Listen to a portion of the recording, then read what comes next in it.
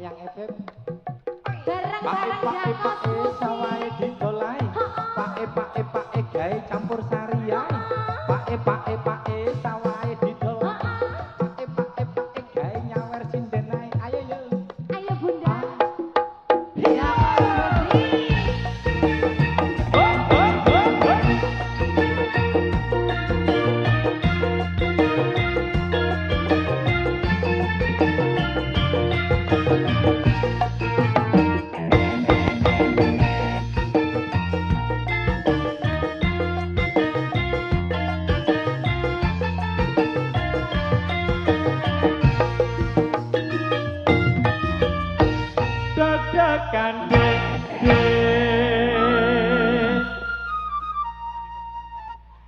Kandhan-kandhani. Lah iya. Dituturi wong gak kena yang ngene iki lho dadine. Deg-degan dik.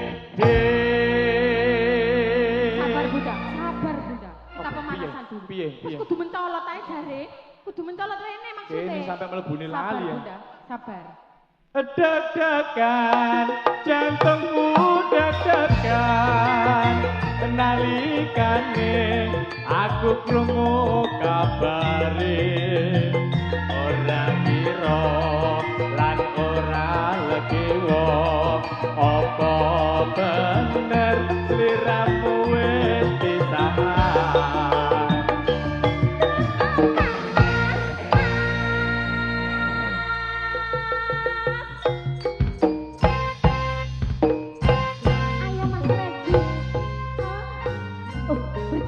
Berjilbab gak boleh.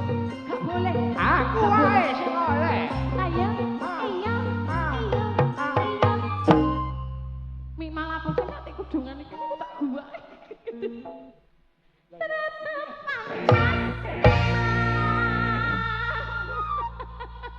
Kita sesuaikan ya. Iya, kita itu ya agak anggun sedikit. Jenenge dhewek iki netral. Iya. Iya lho, menghibur. Menghibur kok. Gak apa-apa. Ayo.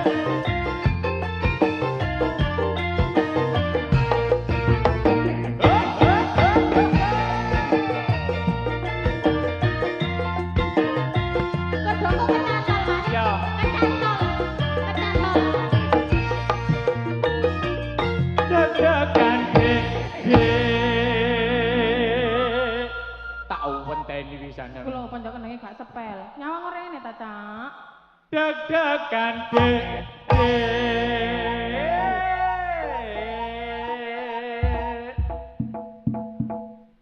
Ayo, ketantol maneh, Mas. Arek iki. Aku gak ngene, Mas. Lah iya. Budek aku.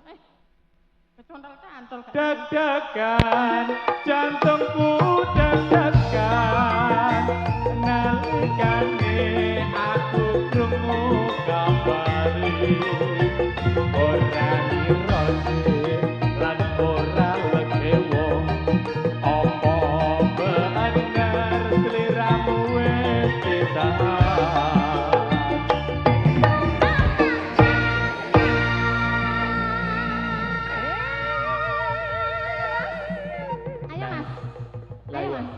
Eling rek dheweke iki wis tuwek.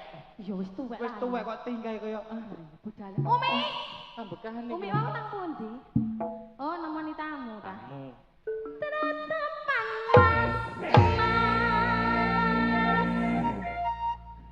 Umur tidak bisa dibohongi.